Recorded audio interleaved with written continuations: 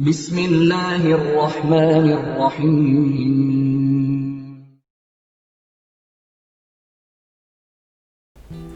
Assalamu alaikum wa rahmatullahi wa barakatuh.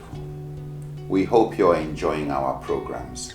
Since last Ramadan, with the help of Allah, the Islamic Education Trust and its supporters have, through the IET Media Productions, produced, aired and shared hundreds of high-quality videos on enlightenment about Islam to the Muslim community and the world at large. We have, alhamdulillah, been able to air topics to do with self-improvement, purification of the heart, spiritual growth, ethics, morality, family, parenting, marriage, child upbringing, issues surrounding self-improvement, financial literacy, better self-management, Islamic jurisprudence, and responses to common questions asked about Islam by Muslims, by non-Muslims, and also responding to Islamophobia and those who have a fear about Islam. For this work to continue and for it to be sustained, we need your support. If it is to become a sadaqatun jariyah, we would need all you can do to help us ensure that this good work continues to benefit humanity. As Allah says in the Quran, in tansurullah yansurukum wa yuthabbit aqdamakum. If you help Allah, Allah will help you and He will make firm your steps. إن تنصروا الله ينصركم ويثبت أقدامكم. Assalamu alaikum. Welcome back to Baraka Gems under the segment Living by Allah's Names, and we will be talking about Al-Fatah, the opener, today. Al-Fatah is the one who opens all doors and blessings and sustenance for us. Al-Fatah is the one that when we are feeling that all is gone, he is there to tell you, yes, I'm there for you, I will open doors for you. So now how can we even live by this name, Al-Fatah, the opener? Yes, I think the first thing, like I always reiterate, is to reflect upon this name. What does it mean to be the opener? That Allah is the opener, that He has the ability to open all doors. Even the doors that have been closed for years, the doors that you feel you can't even get there, Allah is capable of opening all doors to you as long as you ask Him. So something we can get from that is this importance of asking Allah. Whatever it is you want, do not consider it too big. Do not consider it out of reach. Knowing that Allah subhanahu wa ta'ala is Al-Fatah, you can ask Him anything and He has the capacity to open all the doors for you, I think. So when you're faced with a difficult situation, just call on Al-Fatah. Even if you still ask for help from other people who you feel can be of help, it's always good that you start with Allah subhanahu wa ta'ala. So He is the one who would touch the heart of those you need the help from, who would even enlighten them on what to do. Sometimes you ask for help from someone, the person may have the ability, but just feel like, I don't even know how to go about it. What you have come with is very big or something. But Allah subhanahu wa ta'ala would inspire them to do the right thing and thereby open does for you. And also something that I think it's important for us to reflect about is the fact that sometimes Allah closes a door on us out of His own infinite wisdom, out of His own mercy, out of His own infinite knowledge that we do not have. He closes a door on us and then we keep staring at this closed door for so long that we do not realize that Al-Fatah has opened another door for us. We are dwelling on that closed one. We keep dwelling on the closed door. And this is something that could limit us from achieving our potentials. This is something that could steal time away from us. Some people can have been tried by loss of something that they used to have, and they do not try to overcome that loss as soon as possible. They become so fixed on what they have lost, not realizing that Al-Fatah has the opportunity of opening another door to something greater for them, because they are so fixed on what has been lost. And I had an experience when I was in the university.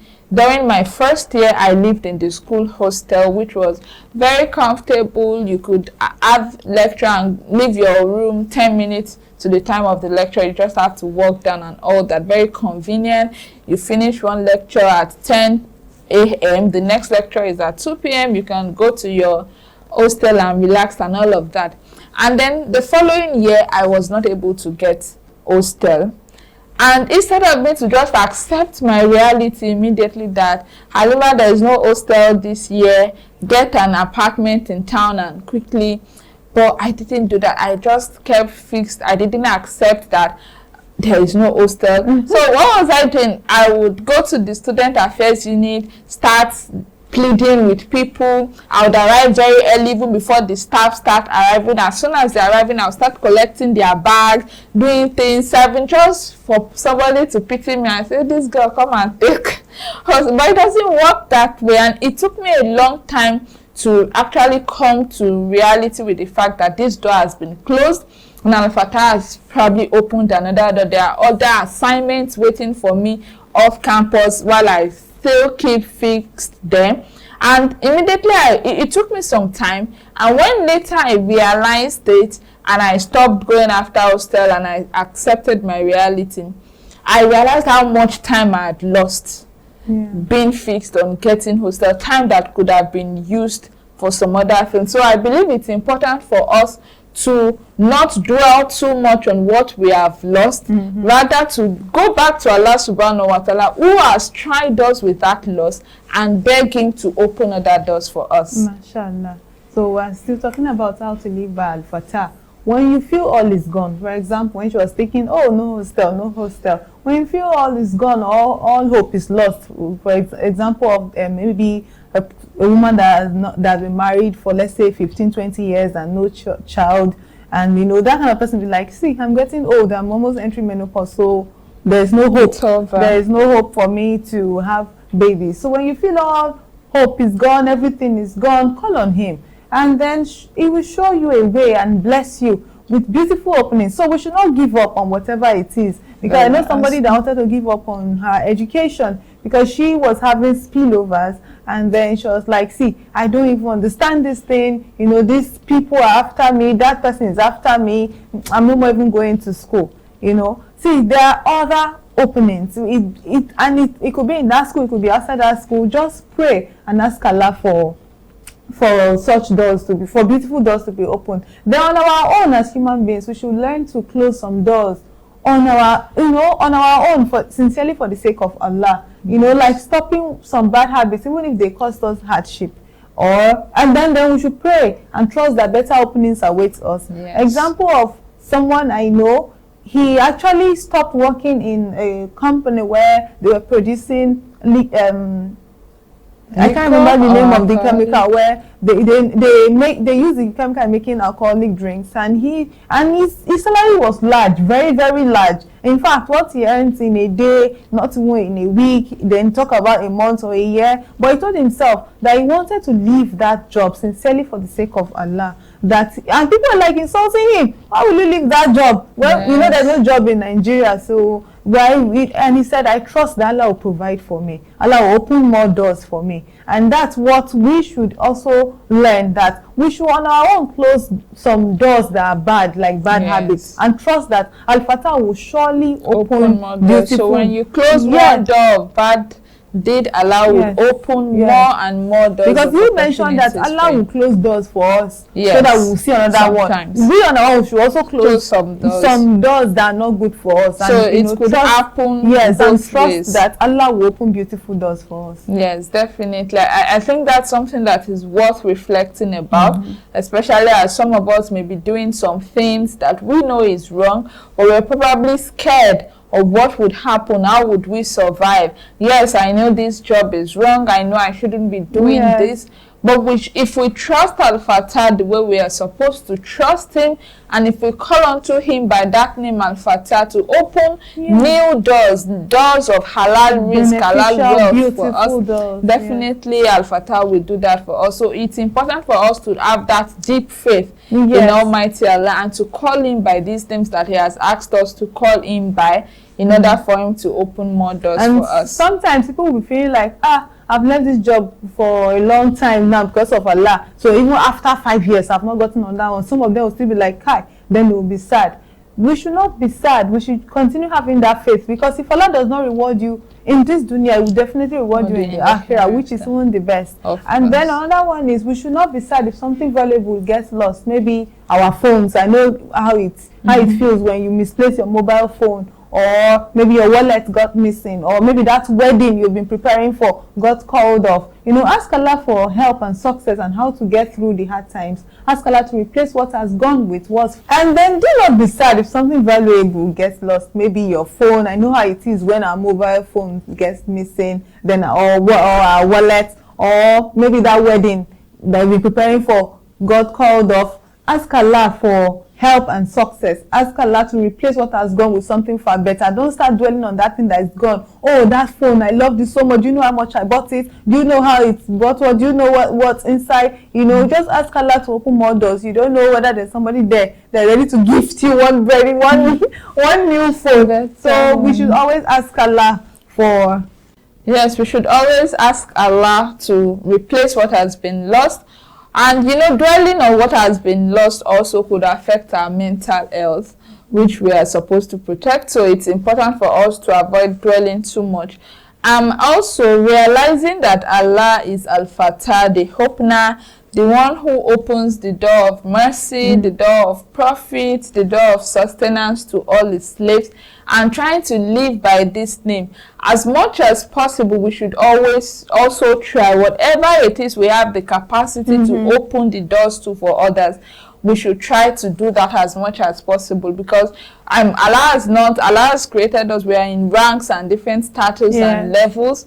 And this is part of the mercy of Allah that we are invited. We are not all equal. We are not all on the same level. So sometimes you have the capacity to open some doors for other people. Do not be the type of person that you have to be bribed, or you have to, it has to be a reciprocal relationship. You have the capacity to open a door for someone, but you are expecting what would the person do in return, it's just or like something like that. Someone that I know, the person wanted to send me a message for a new job opportunity, and person was like, if you get the job, how much will you give me?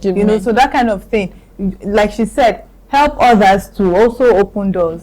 Then ask Allah to open your heart and the hearts of your loved ones, because the opening of the heart, I think, is one of the greatest thing, because if your heart is sealed, that is it. So we are praying that our hearts are not sealed towards Allah and towards the deen. So when you are feeling low and maybe there are so many things you're not understanding, ask Allah to open your heart and the hearts of your loved ones. Like she was mentioning, like help others to also open doors. So let's benefit others by opening ways for them, such as maybe getting involved in a beneficial project for maybe your community, or helping someone. Oh, I know this girl is read maybe accounting in school, and there's this firm that is looking for someone. Help them. Recommend. So recommend. You know someone doing something good. Probably you are already an influencer. You have large following. You see somebody that is just coming up, but they are very good and talented. Nothing stops you from promoting that person without expectation of anything in return, thereby opening doors for them. So I think this issue of being beneficial to others, opening doors for them, as much as Allah has given you the capacity to, just like Allah is opening some doors for you, He has given you the capacity to open some doors for others. So do not hesitate to do so, and do not expect anything in return from those people. So we will round up this. If you have certain skills, develop it and help others. Because some of us, we just sit down, we don't develop our skills, we don't go for trainings, and that thing is in us. Allah has giving us that thing as gifts. So let us develop that skill and help others with this, with the skills. We are going to be rounding up for today's episode. Until next time, inshallah. Assalamu alaikum.